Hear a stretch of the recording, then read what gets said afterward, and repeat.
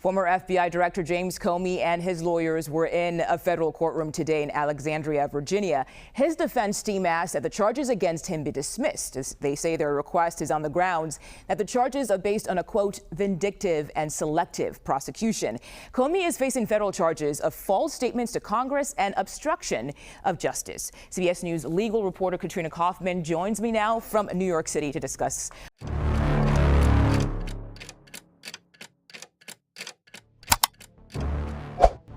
일부 사건들은 즉각적인 반응을 넘어 구조적 결함을 드러내곤 한다. 1월 4일 상원 청문회에서 처음에는 평범한 책임 추궁 절차처럼 보였던 자리에서 팜 본디 법무장관의 행보는 곧바로 그 장소를 넘어선 규모로 번진 제도적 논란의 중심에 섰다.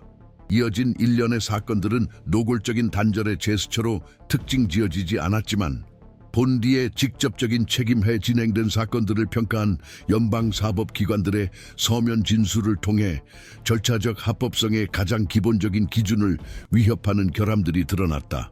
서로 다른 법원에서 활동하는 두 명의 판사는 본디의 지휘를 받는 검사들이 제기한 고소장을 기각했을 뿐만 아니라 그 고소장 자체의 근거가 된 권한 행사에 구조적 문제가 있음을 지적했습니다. 이 결정들은 사소한 법적 세부사항이 아니라 임명에 대한 법적 근거 부재, 수사 과정의 부적절한 진행, 대배심 활동과 관련된 헌법적 보호장치 위반을 다루었다.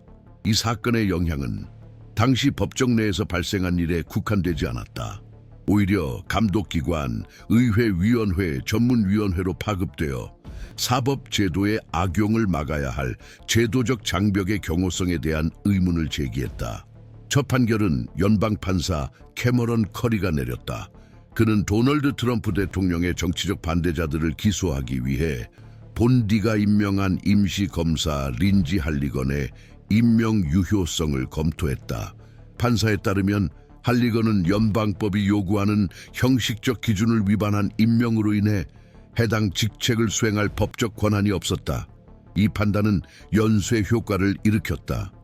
그녀가 수행한 모든 행위, 소송 서류 서명, 고소장 접수, 청문회 진행 등을 포함해 는 법적으로 무효로 간주되었다. 판결문은 직설적이었다. 권한의 근원이 무효라면 그로부터 파생된 모든 것은 무효다. 이 논리는 제임스 코미와 레티샤 제임스에 대한 소송을 종결시켰을 뿐만 아니라 동일한 논리로 진행된 다른 절차들에 대한 의문도 제기했다. 두 번째 중요한 판결은 코미 사건에서 대배심 활동을 검토한 윌리엄 피츠패트릭 판사가 내렸다. 그의 평가에 따르면 배심원들은 적용 가능한 형사 법률에 대한 왜곡된 해석에 기반해 지침을 받았으며 이는 심의의 무결성을 훼손했다.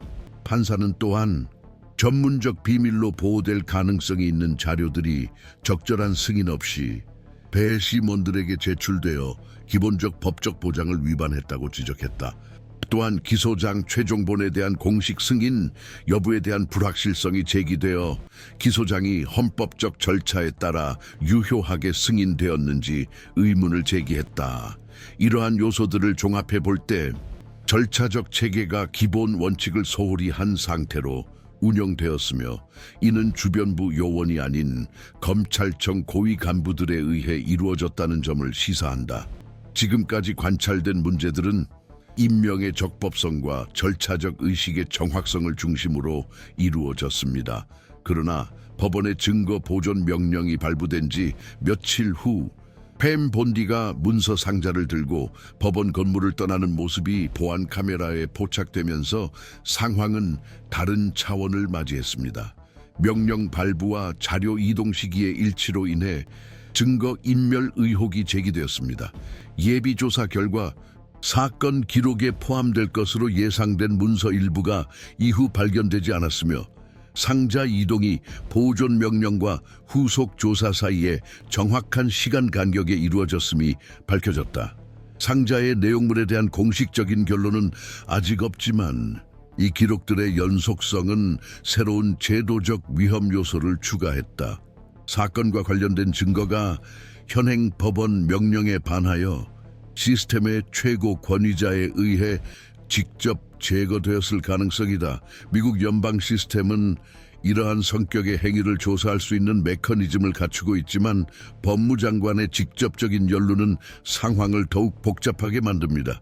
사실이 확인될 경우 본디의 책임 여부는 법무부의 내부 결정, 의회의 조치, 독립검사들의 개입 여부 등이 복합적으로 작용할 것이다.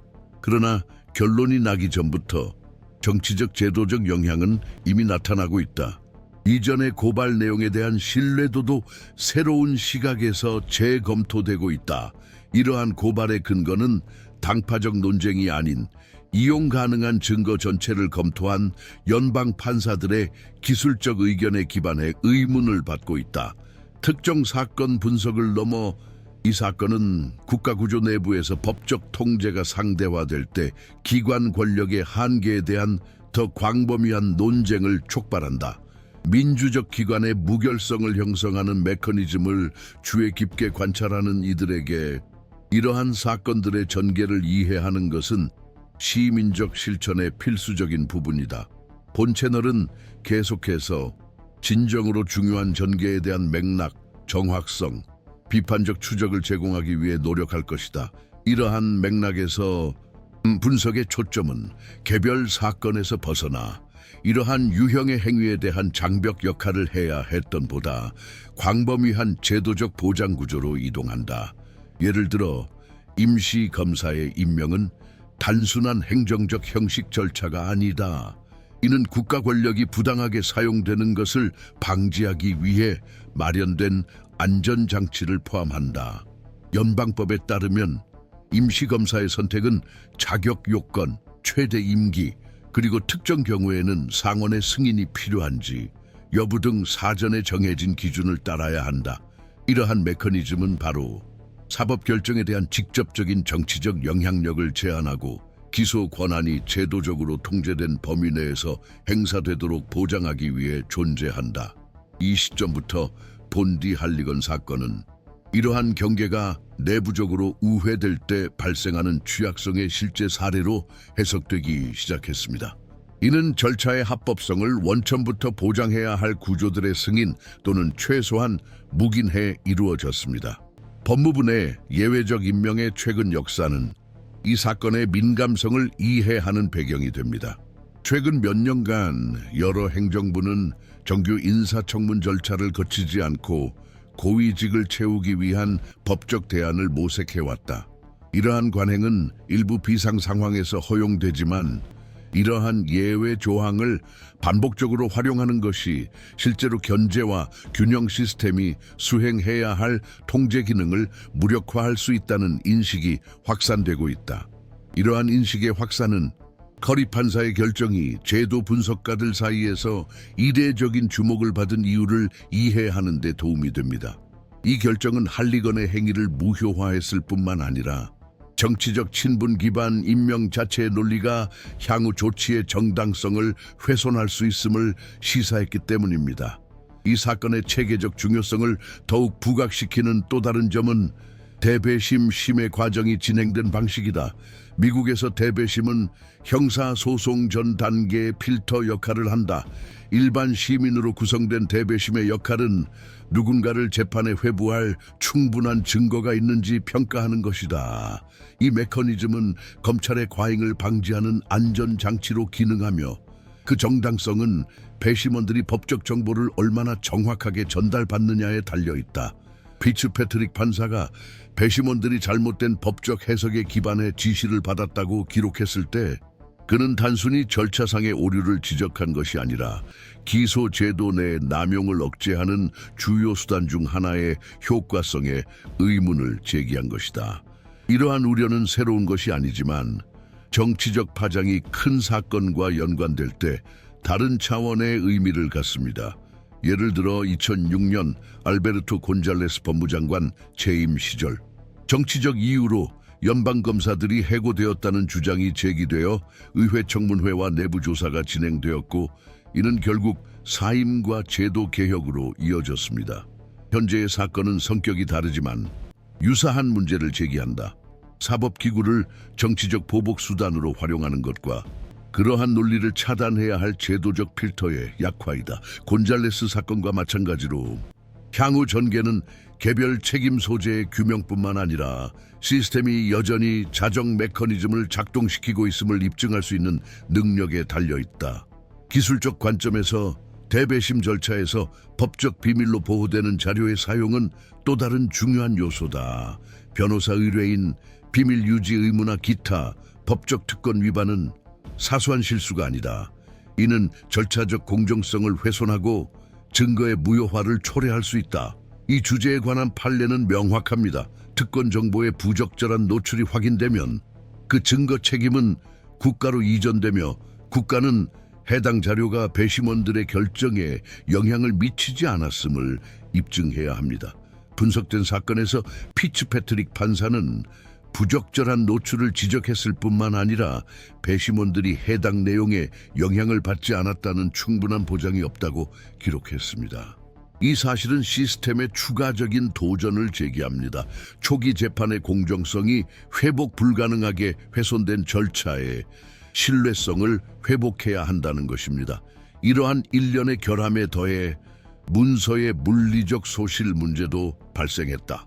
사건 관련 자료 보존을 명령한 법원 결정은 증거의 완전성 원칙에 근거하여 내려졌으며 이는 분석이 완전히 종료될 때까지 모든 문서적 요소를 유지할 것을 요구한다. 법무부 당국자가 이 명령이 내려진 지 며칠 후 건물에서 상자를 들고 나오는 모습이 보안 카메라에 포착된 사실은 제도적 불신 요소를 더합니다. 상자의 정확한 내용물에 대한 확인은 없지만 기록된 이동과 기록물 소실의 단순한 일치만으로도 사법명령에 대한 존중 여부에 대한 정당한 의문을 제기합니다. 이 사건은 처음에는 두 건의 사법 결정에 따른 특정 전개로 볼 수 있었으나 이제는 미국 사법 시스템의 내부 통제 메커니즘의 탄력성을 평가하는 시험 사례로 해석되고 있다. 상원은 이미 홀리건의 임명 경위, 기소 절차 감독, 문서 실종 사태를 규명하기 위해 법무부 관계자들을 소환해 새로운 청문회를 열 것을 논의 중이다. 동시에 본디가 전문 자격을 등록한 주별 법률 윤리위원회들은 현재 확보된 증거만으로도 징계 절차를 개시할 수 있는지 검토하기 시작했다. 아직 주요 조사를 누가 주도할지 명확히 정해지지 않았지만 법무부 감사관은 이미 입법부 의원들에 의해 비공식적으로 소환되었습니다. 따라서 제도적 배경은 단일 사건을 넘어 더 광범위합니다. 이는 법무부의 신뢰성, 기소 모델의 무결성, 내부 책임 메커니즘에 대한 대중의 신뢰와 관련된다. 제도적 거버넌스 전문가인 법조인과 분석가들은 이러한 사건들을 단순한 일회성 편차가 아닌 공식적 메커니즘이 실시간으로 실패할 때 드러나는 구조적 긴장의 증상으로 해석해야 한다고 본다. 이제 시스템이 제시할 대응, 절차적, 입법적, 징계적 영역에서든 은 관련 행위자들뿐만 아니라 그 안정성에 의존해 기능하는 모든 제도적 장치에 의해 관찰될 것이다. 민주적 기관의 건전성을 규정하는 과정을 이해하는 데 관심이 있다면 이러한 유형의 분석을 추적하는 것은 정보에 기반한 지속적인 감시의 일부가 됩니다. 바로 이러한 정신으로 우리는 시스템의 방향을 형성하는 요소들을 계속해서 수집하고 맥락화하며 검토하고 있습니다. 연방검찰총장 팸 본디와 관련된 사건들이 현재 연방사법제도의 상태를 실제로 어떻게 반영하는지에 대해서는 서로 다른 해석이 존재한다. 일부 법률 분석가들은 이 사건이 드물고 심각한 사건이지만 여전히 제도 자체의 자가 치유 능력 범위 내에 있다고 본다. 이러한 관점에서 캐머런 커리 판사와 윌리엄 피츠패트릭 판사가 내린 판결은 강력한 정치적 압력과 제도적 불안정 속에서도 여전히 부정행위를 감지하고 효과적인 시정을 이끌어낼 수 있는 내부 메커니즘이 존재함을 보여준다. 이 주장은 연방 대배심원의 결정을 무효화하고 위임된 임명들을 취소한 조치가 독립적인 연방 판사들에 의해 법적 기준에 따라 인정되고 적용되었으며 직접적인 방해 없이 외부 세력의 개입 없이도 진행 중이던 절차를 중단할 수 있었다는 사실에 근거한다. 따라서 이 그룹에 따르면 결함에 대한 공개적 고발은 제도적 실패의 신호가 아니라 오히려 올바른 수단이 작동할 때 구조가 여전히 반응할 수 있음을 보여주는 지표라고 한다. 그러나 이러한 평가는 다른 전문가들 사이에서 반발을 사고 있다. 두 번째 흐름에 따르면 이 사건은 제도적 필터의 원활한 작동을 보여주는 것이 아니라 더 불편한 점을 드러낸다. 그러한 필터들이 반응을 일으키기 전에 얼마나 쉽게 우회될 수 있는가 하는 점이다. 이 관점에서 가장 우려되는 점은 사법적 결론 자체가 아니라 그 이전 기간, 즉 법적 근거 없이 임명된 당국이 수주 동안 민감한 수사 자료, 내부 문서, 기소 권한에 대한 완전한 접근권을 행사한 사실이다. 사법부의 개입이 단호했더라도 그것은 이미 이루어진 일련의 행위들, 즉 정치적 반대자들의 기소와 실질적으로 제도적 세계에서 간단히 지울 수 없는 자료 수집 이후에야 발생했을 것이다. 이러한 관점에서 핵심 문제는 시스템이 수정하는지 여부가 아니라 언제 수정하는지, 즉 제도적 피해가 이미 확산된 후에야 수정하는지 여부이다. 이로 인해 논쟁은 단순히 개인의 책임에 관한 것을 넘어 정치적 동맹자들을 전략적 직위에 비공식적으로 임명하는 행위가 초기 단계에서 효과적인 견제나 절차적 장벽 없이 이루어지는 위험한 선례가 굳어질 위험을 포함하게 되었다. 일부 헌법학자들은 이 사건이 행정부에 대한 법무부의 실질적 자율성 한계를 둘러싼 향후 논의의 중요한 참고 사례가 될 수 있다고 덧붙인다. 역사적으로 이 자율성은 대통령직의 임명 및 수사 우선순위에 대한 개입 정도에 따라 항상 변해왔다. 특히 수사 대상이 행정부 수장이나 그 직계 측근에 미쳤던 이전 임기들에서는 이러한 제도적 균형이 지속적인 긴장과 격렬한 공개적 논쟁에 시달렸다. 본디 사건이 이 논쟁을 재점화한 것은 그녀의 행보가 사전에 발표된 정치적 우선순위에 부합했기 때문이다. 이러한 정렬 자체가 불법을 구성하지는 않더라도 특히 수사 의제가 당파적 담론과 병행하는 것처럼 보일 때 국가 구조와 당장의 이익 사이의 실질적 분리에 대한 의문을 강화한다. 본디에 대한 징계 책임 가능성도 합의에 이르지 못하고 있다. 주 법률윤리위원회는 변호사 직업 윤리와 상충되는 행위가 의심될 경우 징계 절차를 개시할 자율권을 가진다. 잠재적 도화선으로 자주 언급되는 점은 보존 명령 발부 직후 검찰총장이 문서 상자를 들고 법원 건물을 떠나는 영상이다. 운반된 자료의 종류와 사건 경과의 확인 정도에 따라 이 사건은 중대한 직업적 의무 위반으로 해석될 수 있다. 그러나 일부 법조인들은 영상의 영향 외에도 증거를 은폐하거나 무효화하거나 훼손하려는 구체적인 의도를 입증해야 하며 이를 위해서는 철저한 기술적 조사, 문서 추적, 기록물 이동 및 내부 기록에 대한 전문적 분석이 필요하다고 강조한다. 또 다른 논란의 여지가 있는 가정은 사법 방해 혐의로 형사 수사를 개시하는 것이다. 단기적으로는 특히 직위와 제도적 결과로 인해 가능성이 낮게 평가되지만 고위 공직자들이 임기 종료 후 공식적으로 수사 대상이 된 선례가 존재한다. 법학계에서는 직무 수행 중 행해진 행위도 충분한 객관적 근거가 있을 경우 사후에 수사될 수 있다고 인정한다. 이러한 상황에서 특별검사의 임명은 독립성을 보장하고 제도적 자기보호 의혹을 줄일 수 있는 가장 현실적인 대안이다. 그럼에도 이 방안은 여전히 불안정한 요인들, 즉 여론의 압력, 제도적 피해의 심각성에 대한 평가, 법무부가 국가적 신뢰도와 이미지를 보호하기 위해 어느 정도까지 행동해야 하는지에 대한 내부적 판단에 좌우될 것이다.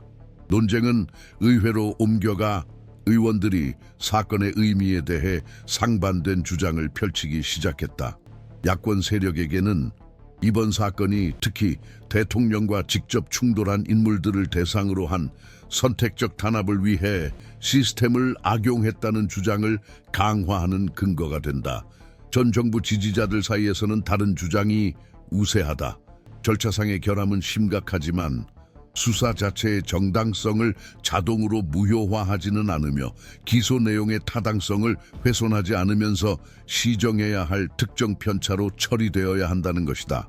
이러한 양극화는 향후 몇 주간 예정된 청문회의 분위기에 직접적인 영향을 미칠 전망이다.